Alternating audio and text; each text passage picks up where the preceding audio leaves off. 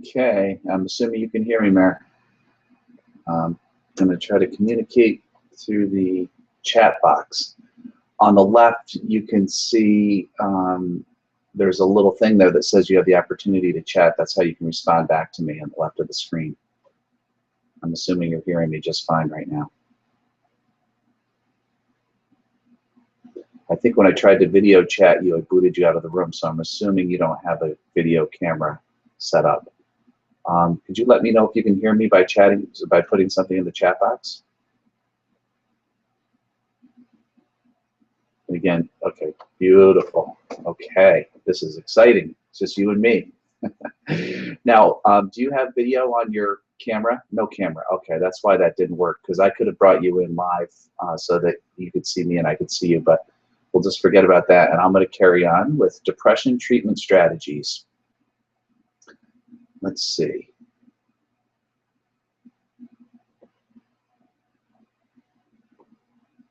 So just some housekeeping things. Mary, you know all this already, but I'm doing this Learning Monday series. It's every Monday from 4 to 5 p.m. There's going to be a course evaluation. And there, I see that you want a date on there. There would be a course evaluation. Showing evidence of participation is done through a worksheet that you'll do at the end of the presentation, the last few things that we do. After you've done it, I will send you a certificate, and there's also referral incentives. So for every 5 people who you refer, who come to the seminar and list you as their referral source, for every time, I'll keep track of that, and every time there are 5 with your name on it, you will get a free webinar.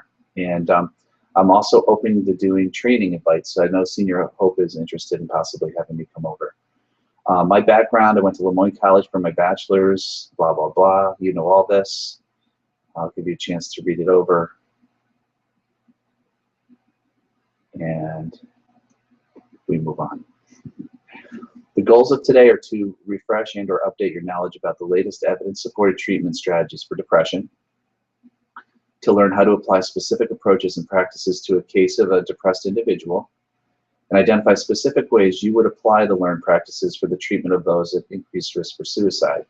And also, I would like to make sure that we satisfy your own personal or individual learning goal in there. So this is the time in which, if you take a minute and just put in the chat box what you hope to gain from this webinar today.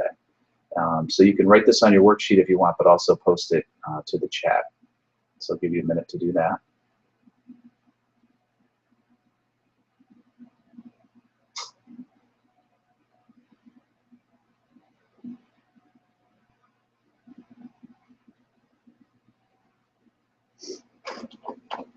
I'm also curious if you can see me, if you can tell me if you can, because increase understanding of treatment options to use in practice. Okay, good. So we'll definitely cover that. Can you see the video of me too, or do you just see the PowerPoint? I gotta scroll down here. I can't see what you wrote. Practically information. You cannot see me. Okay. So maybe I'll just play around with something for a second. I prefer you to be able to see me.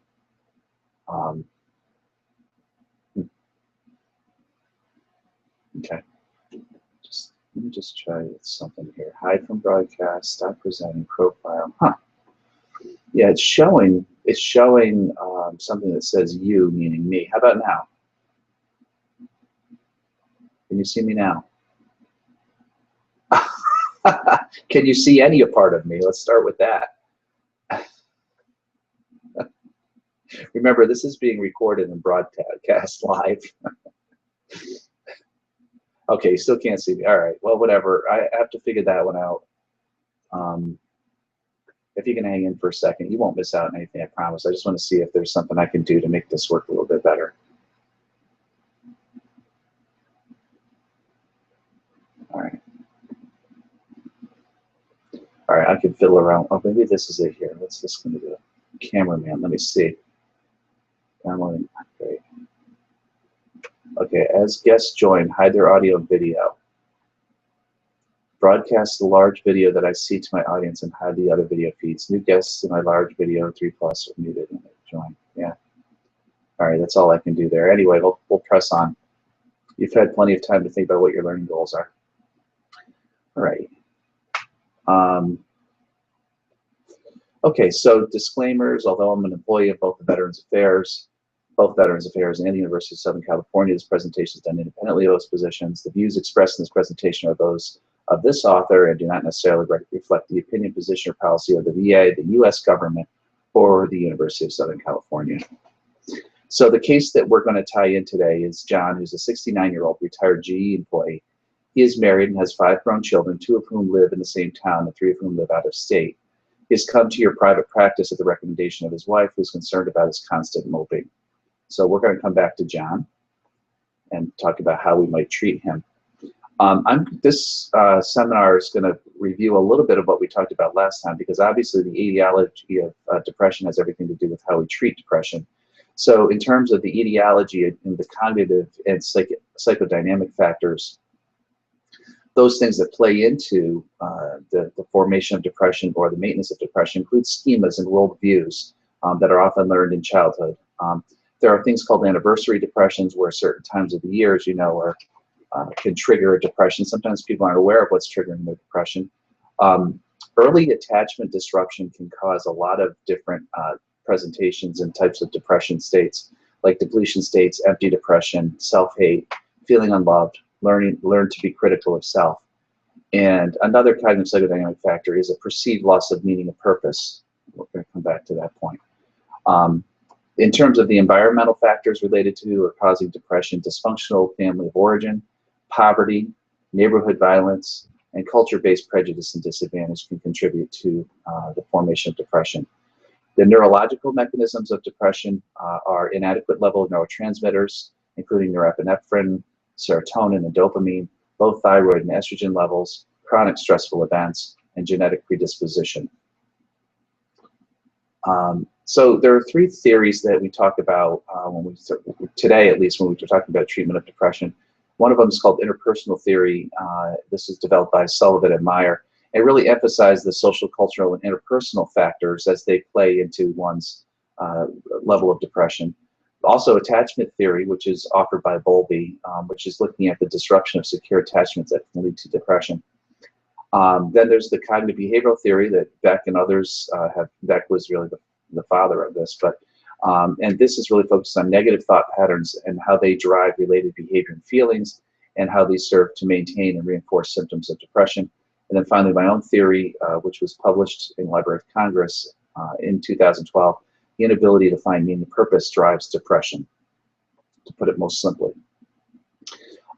Self-preservation theory is concerned with the social evolution of humans and suggests that human identity is inextricably linked to social belongingness. And the roots of this go back to this idea that over the last 10,000 years or so, our brains as human beings have evolved incredibly. And one of the main ideas of this theory is that what happened in the millions of years before that really shaped our behavior and how we interacted in our social environment. And I think the brain really ran interference. Two things happened in the brain. One was the development of the neocortex, or the cerebral cortex, which is our higher order thinking, and the other is the corpus callosum, which connected the left and right brain and gave us self-awareness and insight and aggressively. So the self-preservation theory is mostly concerned as it relates to suicide prevention, about what were we like as human beings before these massive changes in the brain.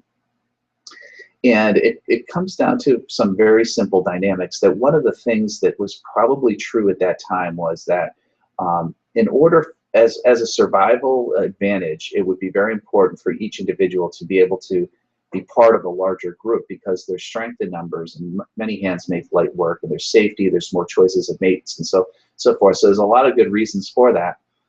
And so it occurred to me that if you were going to be part of the social group, you better have a niche, something that's unique to you that you can bring to that group so that they would want you there. Otherwise, why would they have you?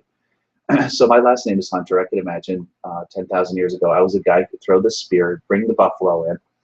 And the dynamic that happened there is very important, because what happens is I bring the buffalo in and I see the people eating. So I see the benefits of what I've done, and I get the appreciation and welcoming feedback. And this is how our identity becomes inextricably linked to our social group of belonging, because now we want to be part of the social group, and it gives us a sense of meaning and purpose in life, and helps define who we are as individuals in terms of how we contribute to the social group. I believe that our identities really were evolved over millions of years to be oriented in such a way. And the theory then suggests that people are innately driven to be active contributors to the well-being of their social groups of interest and belonging. And it also suggests that when you're utilizing your strengths to contribute to a social group or passion of your preference, it builds a sense of meaning and purpose. So again, going back to that whole dynamic of me with the buffalo, perceived life meaning and purpose is reinforced when you can see the unique benefits of your contribution and you receive affirmation for the same. And so with depression and suicidality, the theory would say that this is fundamentally born out of one's perception of lacking a mutually beneficial belongingness and a missing sense of social contribution. And the implications for treatment that we'll talk about today is that individuals can realign their life pursuits to establish and reestablish a sense of life meaning and purpose. Okay, we lost our chat box for some reasons. I'm just going to pull that back up. There it is.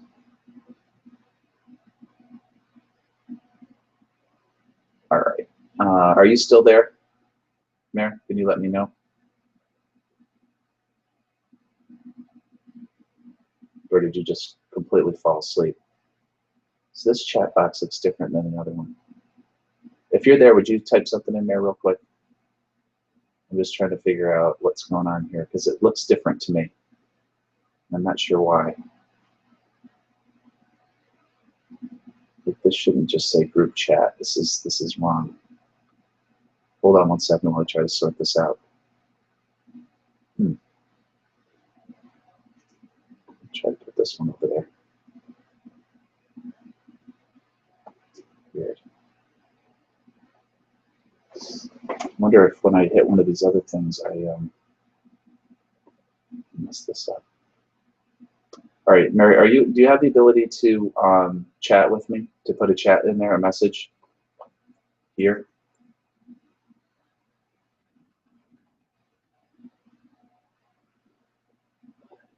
It's frustrating.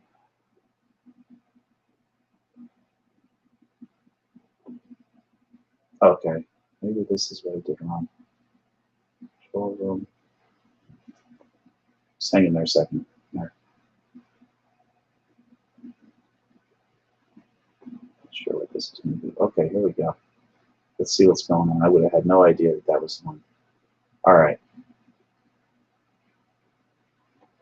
All right, so I think you can chat now again with me.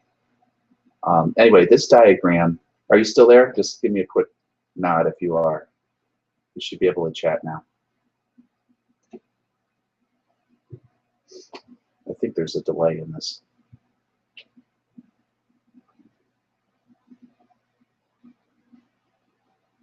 Mary, are you still online? You're probably sitting there with everybody in the office pointing fingers and making fun of me, right? Okay.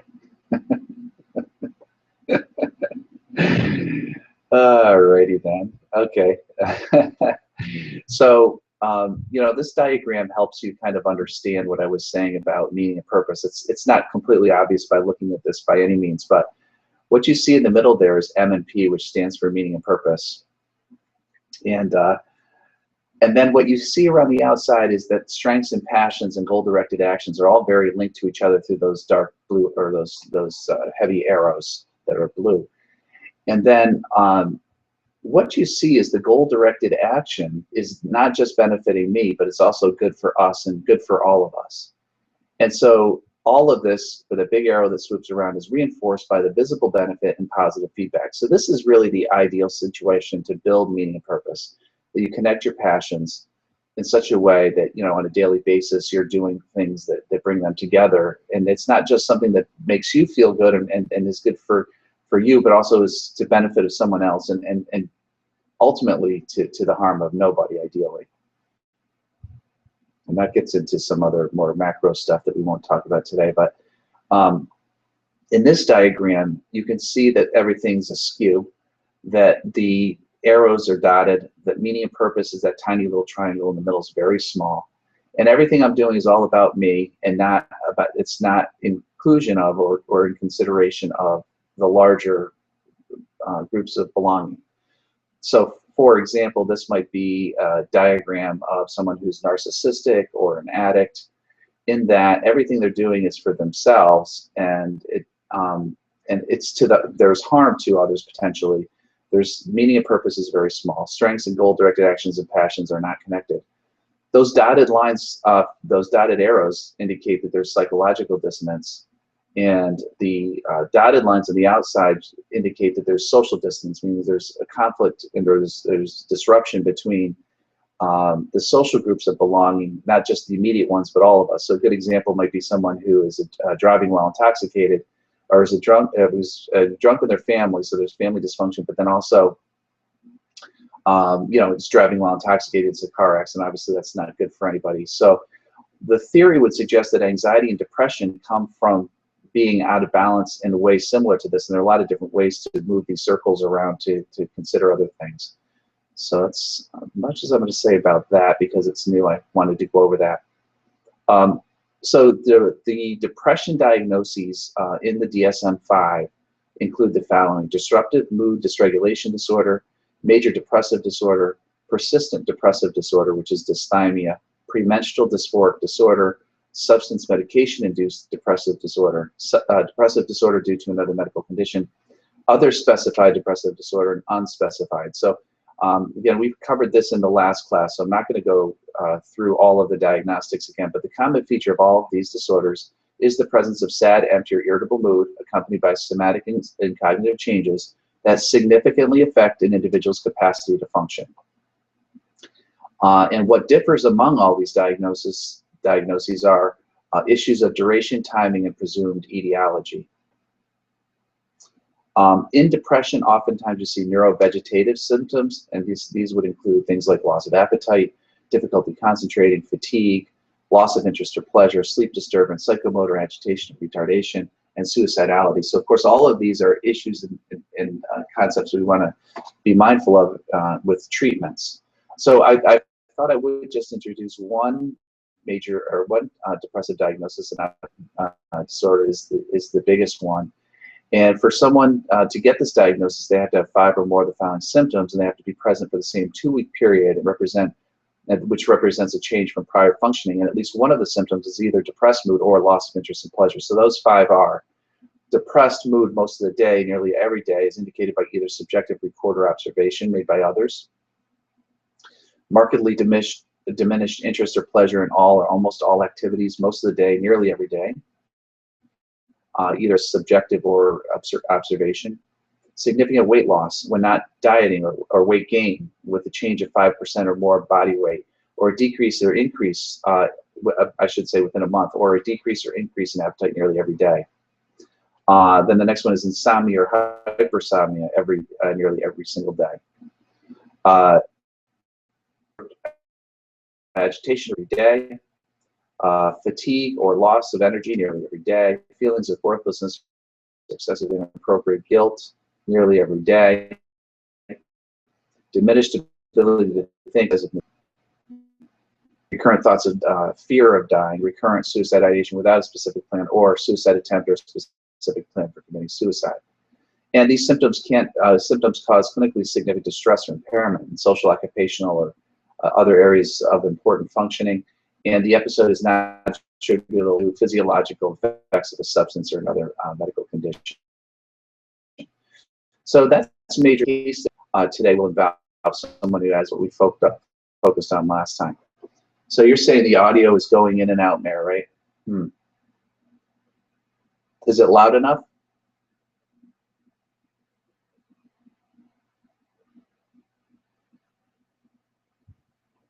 Okay, so I'm sure you're responding to that, and this is slow to respond. It is loud enough. Okay.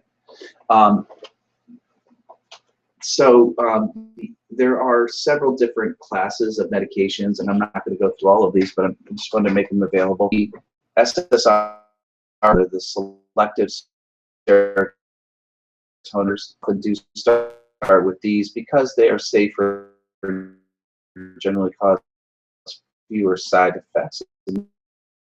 These are medications and reuptake inhibitors. Are medications like Cymbalta, Effexor, and Pristiq, and Fetsima. I don't even know how to say that. Anyway, NDRIs are another form of antidepressant. These are norepinephrine dopamine reuptake inhibitors. These Utrin, and these really work very differently than the other, or otherwise known as Broprion. The few differently associated with the sexual side effect advantages of that one. The atypicals don't fit into any one of the other things like trazodone or tazepine, sleep, and then you see a couple of cyclic antidepressants. These are really rather old school that can be effective, but tend to cause much more severe side effects. Generally aren't prescribed unless you've tried SSRIs first to have improvement. Then there's the MAOIs, which is the monoamine oxidase inhibitors. And these are typically not prescribed very often because they can have very serious side effects. And also there's a strict diet you have to be careful of in terms of these because they can interact with food. So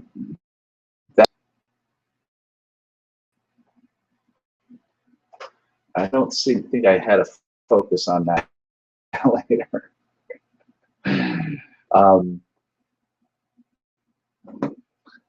So cognitive behavioral therapy really is a blend of two therapies. It's cognitive therapy and behavioral therapy. And this is carried out in group or individual therapies. It focuses on a person's thoughts and beliefs and how they influence a person's mood and action. It aims to change a person's thinking to be more adaptive and healthy, whereas behavioral therapy focuses on a person's actions and aims to behavior patterns. So cognitive behavioral therapy includes both of these. It helps the person focus on his or her current problems and how to solve them, so a strong problem focus. And the therapist helps the patient learn how to identify distorted or unhelpful thinking patterns, recognize and change inaccurate beliefs, and relate to other positive ways and change behaviors accordingly. CBT helps people with depression restructure their. Doing so helps them interpret their environment and interactions with others in the positive. It may also help recognize things that may be contributing to the depression and help him or her change behaviors that may be making the behavior or the depression worse. So I'm just going to talk about the different strategies that are used for CBT, and these would include things like questioning the evidence. So again, someone has this distorted belief, and so you question the evidence. This is where you use this Socratic questioning. I'm going to come back to that. This would also involve education about this whole idea that thoughts lead behavior and feel. Decatastrophizing, which is when someone is making something much bigger in their mind than what is really going on. Like something happens and it's like catastrophic in their way of thinking when it really isn't. Discuss advantages and disadvantages, so weighing options carefully, looking at this idea of turning adversity into advantage. So yes, this is a challenge, but it doesn't have to be a roadblock. Cognitive rehearsal, which is a lot like adaptive self-coaching, where the individual's learning to rethink how they look at a situation and then practice saying it over and over again. Scaling, so on a scale from 1 to 10, where do you see, how much does this bother you, etc. Role playing, doing role reversals and practicing the changes is a big part of cognitive behavioral therapy. Reattribution, so in one sense, the client is thinking that this is the reason why these are playing out, learning new ways of thinking about it and reattributing, what's going on, thoughts and feelings and how they apply. Replacement imagery, which is basically when you use imagery to basically thought block or stop a certain pattern of thinking. Identifying automatic thoughts and clarifying distortions. Again, those automatic thoughts often are driving the particular behavior. This is actually something that is done with Gorski's model, where he looks at mandates and injunctions, which are often automatic thoughts that are not good reasoning. And so identifying these and the distortions within them is part of the and so also there's homework with CBT progress.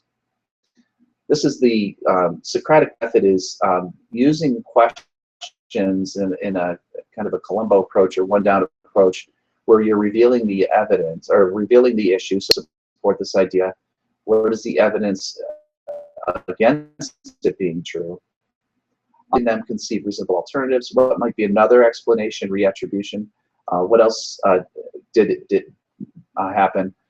Examine various potential consequences. The best. What could you live with? What's most realistic? And then evaluating those consequences. What's the effective thing you're believing this? What could be the effective thing you're differently and no longer holding on to this belief? And then distancing, which is imagine a specific friend or family member in that same situation, or if they viewed the situation this way, what would you tell them?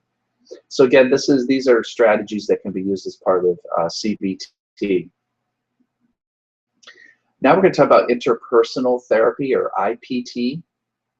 short-term treatment option that consists of 12 to 16 one-hour weekly sessions. Has personality issues. Instead, the therapist is focusing on identifiable problems in how an individual interacts with others.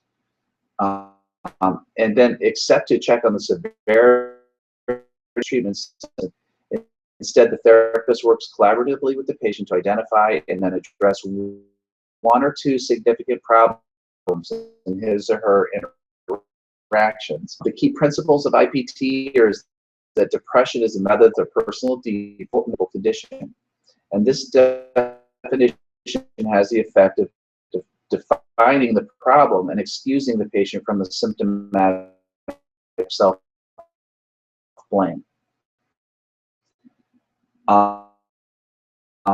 In mood, the other principle is the social follow from the onset of the mood disorder. So there are four here one would focus on as a therapist in IPT. One is bereavement, on resolving grief. One is looking at the conflictual relationships, looking at options to resolve them. Okay, I hear what you're saying, Mary. I'm not sure why that is. Thank you for telling me.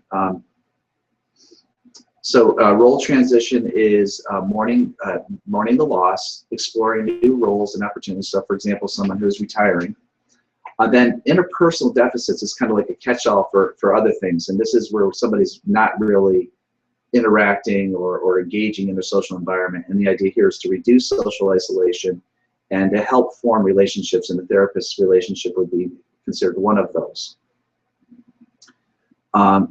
Phase one of 3 phases of IPT is to identify the target diagnosis, in this case major depressive disorder, and the interpersonal context in which it presents. It employs severity measures such as the Hamilton Depression Rating Scale or the Beck Depression Scale, and to ratify the problem as an illness rather than the patient's idiosyncratic defect. It elicits an interpersonal inventory, which is a review of the patient's patterns and relationships, capacity for intimacy, and particularly an evaluation of current relationships.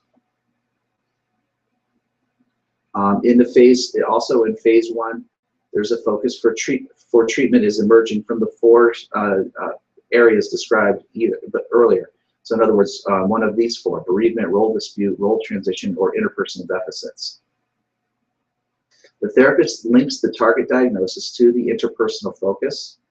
The patient is given the sick role, a temporary status, recognizing that the depressive illness keeps the patient from functioning at his or her full capacity. And treatment parameters are set, such as the time limit and expectations that therapy will focus on recent and interpersonal interactions. In phase 2 of IPT, we use specific strategies to deal with whichever of the 4 potential problems are focused.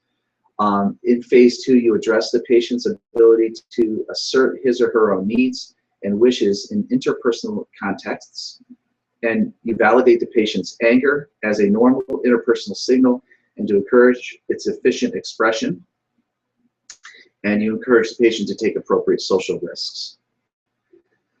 And then finally, phase 3 of IPT is to remind the patient that termination is nearing, to help the patient to feel more capable with his or her often considerable accomplishments during the treatment, and note that ending therapy itself a role transition with inevitable good and painful aspects. So the role of the therapist in IPT to have a stance that is relaxed and supportive, and the goal is to be the patient's ally. No formal homework is assigned as it is in CBT. In sessions, the therapist and patient review the past week's events. Once in an interpersonal situation, the therapist acts as a cheerleader, reinforcing those healthy interpersonal skills. When the outcome is adverse, the therapist offers sympathy, then together they analyze what brainstorm new interpersonal options and role play them with the patient in real life. So in summary, with IPT, it emphasizes that depression is an illness. The therapist educates that depression relates to life events. There's a focus on relationships, those outside of the therapy room. There's a here and now focus, except for relationship patterns over time. And the focus is on current relationships and recent events. The focus is on symptoms and social functioning. And that's IPT. And the final one that I'm going to self-preservation therapy. This is not an evidence-based practice, but this is an emerging, promising approach that the research still needs to be done on. And self-preservation therapy really can be rolled out in a lot of different ways. It can be done as few as 3 to 6 sessions, infrequent goal maintenance sessions. It can be an inpatient, outpatient, or transitional from inpatient to outpatient approach. And the focus can be on suicide treatment even when depression diagnosis. It also can be used for other disorders outside of depression. Self-preservation starts with educating about the self-preservation theory that we talked about earlier. And educate about psychological benefits of developing activities that build one's sense of purpose. I see your question. There is a relationship between attachment theory and depression. And I have to think about it. It's a good question about the treatment modality that would match that, because the ones that are out there that are really the focus right now are the two that I presented. And I have to really give that some thought, Mayor, about the attachment theory. I think what you see with that are things like the art therapy, the sand therapy, which are considered evidence-based practices, but they're really not in the mainstream of treatment right now. So, but I have to think about that question. So educating about about self-preservation theory, educating about the psychological benefits of developing activities that build one's sense of purpose in life. In self-preservation therapy, there's a huge focus on strengths assessment, yes, inner child work, passions assessment, and developing and expanding activities of meaning. So the strengths assessment, and this is again what you would use in a group mirror, is what are you good at in work and relationships? What have others said your strengths are? When you were a kid, what were you good at? What's obvious from the session? You have a good sense of humor. You care about other people. You're intelligent. You're insightful. What unique skills or talents do they have? For example, are they good with their hands, writing, creativity? So you want to elicit this, and you should have a list of at least 10 to 15 for one individual of strengths that you've pulled from them. Interests and passions is the next piece. Things that you've done that were important to you, that you love to do, that were memorable. How to do, social pursuits, volunteering, organizational involvement, animals and pets, children, grandchildren, or others in the family. So these are all the different areas that you want to probe. And then again, what you're trying to do, or not what you're trying to do, what you really think about ways to develop and expand activities of meaning where they're utilizing their strengths in ways that is consistent. So with an older gentleman who was very suicidal too, and he's telling stories to his grandchildren. So one of the things I encouraged him to do is I got to encourage him to journal his feelings, or not his feelings, to write down some of his ideas, but then talk to his kids more frequently, or grandchildren more frequently, to get what they would want in the story. And then he could work on developing a more robust story even when he wasn't with them, and then increase the amount of time he spends with them telling his story, because now he's got this outline and he can go through it. So he was absolutely thrilled and did that, and it worked out great for him. I could give you probably 50 examples of this. But part of the process is that you have to acknowledge that there are barriers to getting that meaning, to building meaning and purpose. Things like depression, low energy is also potentially a barrier that medications might be appropriate for to help with that treatment. Things like relationship issues, drugs and alcohol, conflicts in family of origin, and so forth. All of these are potential barriers. So you identify those as part of the process, and you address those in such a way that they won't interfere with the your patient's ability to build meaning and purpose. Also, to the extent possible, this intervention provides for practical needs for the patient. So, for example, the journal, or other things I would give is a pocket calendar, or in some cases an MP3 player. They're very inexpensive now. You can pick one up for $1 or $2, but gives them the ability to listen to music. Over time, then, you maintain and build on these meaning-based activities, find ways to expand them, and this is the focus of the therapy, while also addressing those potential barriers. So that's self-preservation therapy, and again, this is not evidence-based yet. I want to talk about suicide crises, and this is kind of a teaser for the next 2 weeks, because we're going to talk about suicide assessment next week, the 29th, and then the week after that, we will talk about suicide treatment. One of the things I think is helpful is to think about the suicide crisis is similar to combustion, or fire starting. In order to start a fire, you need 3 things. You need fuel, oxygen, and heat.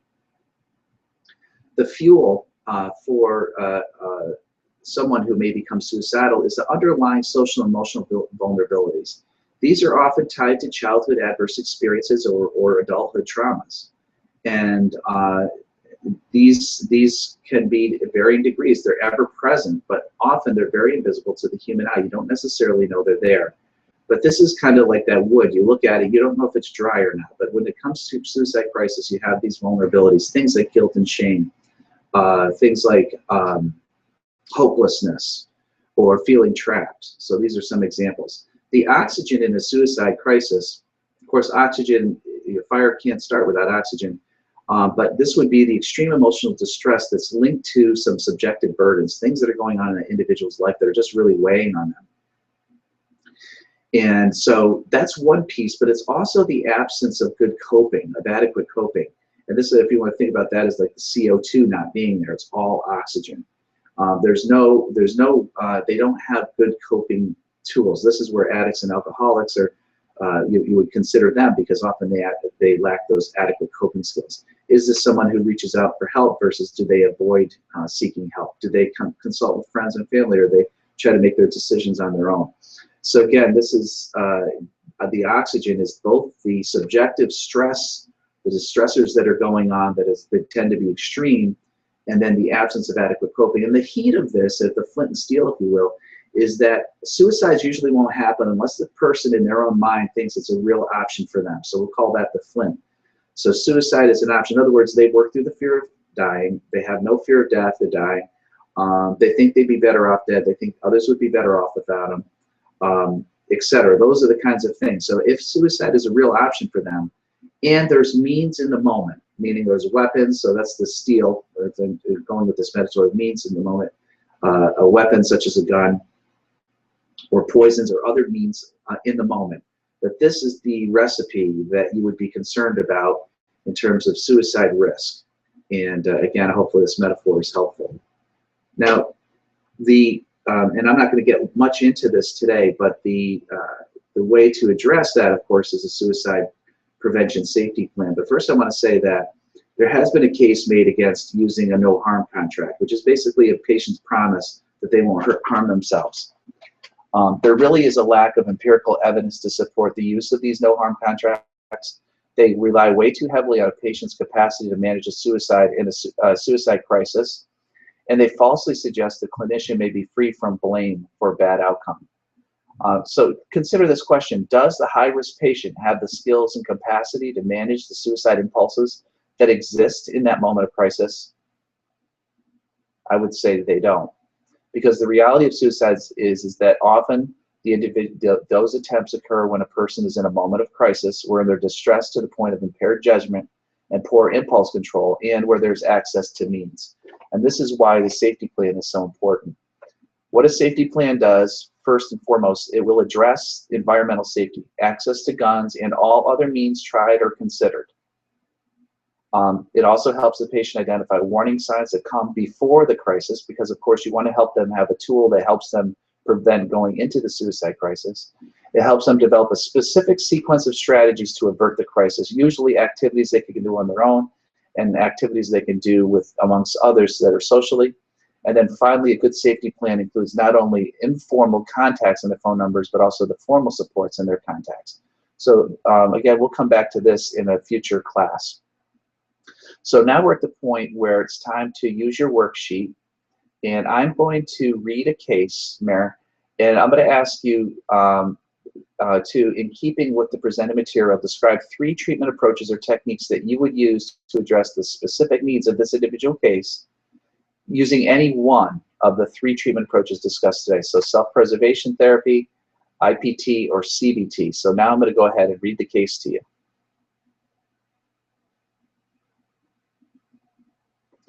Okay, so this was John. I introduced him briefly earlier. John is a 69-year-old retired GE employee. He is married and has 5 grown children, 2 of whom live in the same town and 3 of whom live out of state.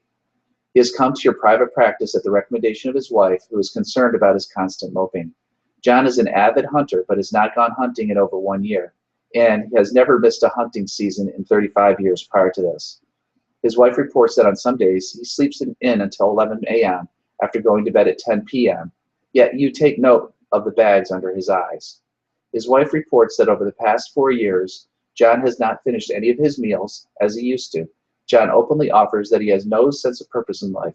He denies being sad, but as you explore his reported sense of burdensomeness to his wife, tears form in his eyes.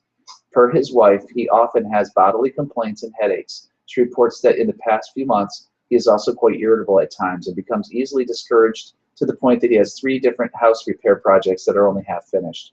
He reports that he doesn't enjoy housework anymore. His children have taken notice of his social withdrawal too, indicating that he doesn't come to see the grandchildren like he used to. His wife notes that he has no interest in sexual relations for over 6 months. As you observe his speech, it is slow, flat, and seems disinterested. You suspect that it is only because his wife brought him to see you that he is there at all, meaning he would not have come on his own volition. He complains that washing and dressing in the morning are exhausting and take twice as long as usual. John clearly articulates that he has no sense of self-worth. He himself for the troubles his mere presence his wife without him. I'm a drag on everyone. He recently completed his will.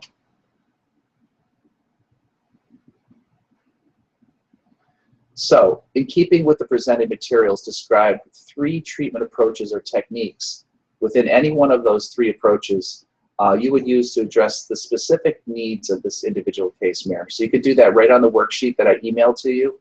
If you don't have it right in front of you, you can just write it on a piece of paper and put it on the worksheet later. Your son wants to know if you're the only one here.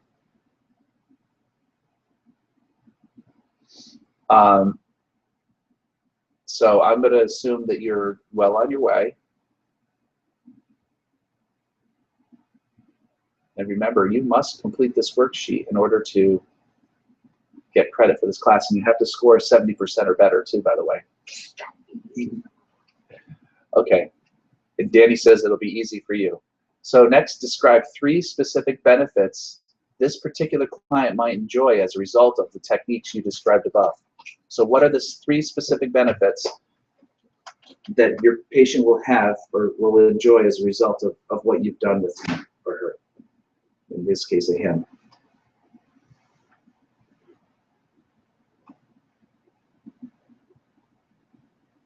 He disappeared. Your baby's probably running up to do his homework, realizing he forgot to do it. All right. So, the final challenge here. This is a dialogue. John says, I definitely realize now that I have major depression. And you, the social worker, Marianne, said, and we have identified that your depression is linked to the role transition of your retirement. Of course, we're referring to IPT here with role transition. John says, yes, I see that now. The social worker says, here are some additional facts to consider and discuss. What additional facts are you going to, or issues do you want to put out on the table consistent with IPT that we would bring up next? This is the last question on your worksheet.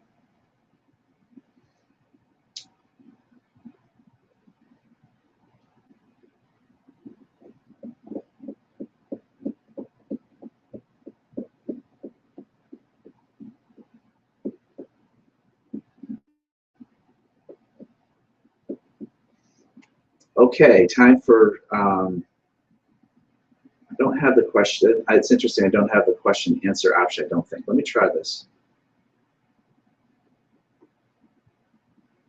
Oh yeah, do. Okay, here we go.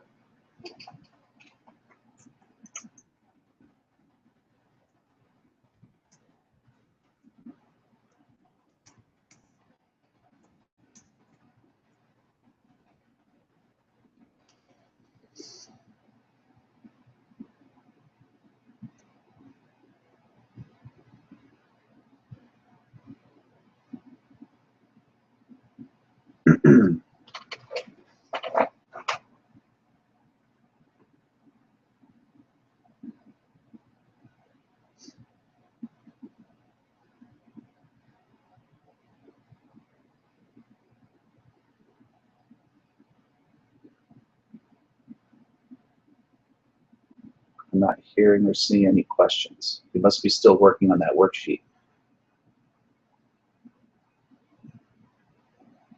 Okay, or you don't have any questions, so I'm going to, or it just takes too darn long for them to show up.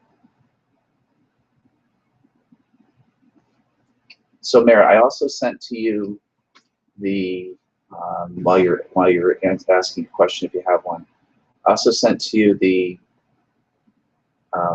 evaluation form, which is also required. And the evaluation form basically,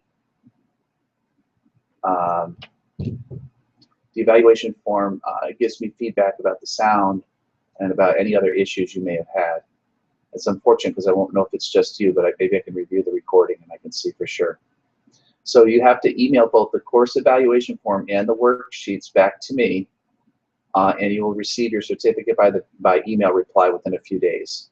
I put that on a PDF.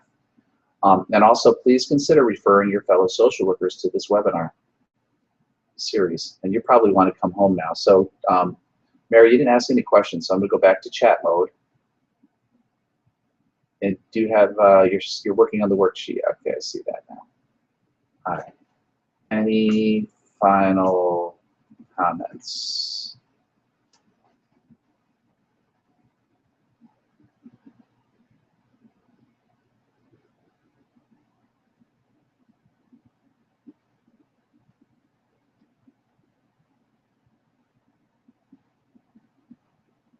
I see you're still there, so no final comments. Something comes up, we'll ask you later. Fair enough. All right, thanks, Mary. Love you, hon. See you soon.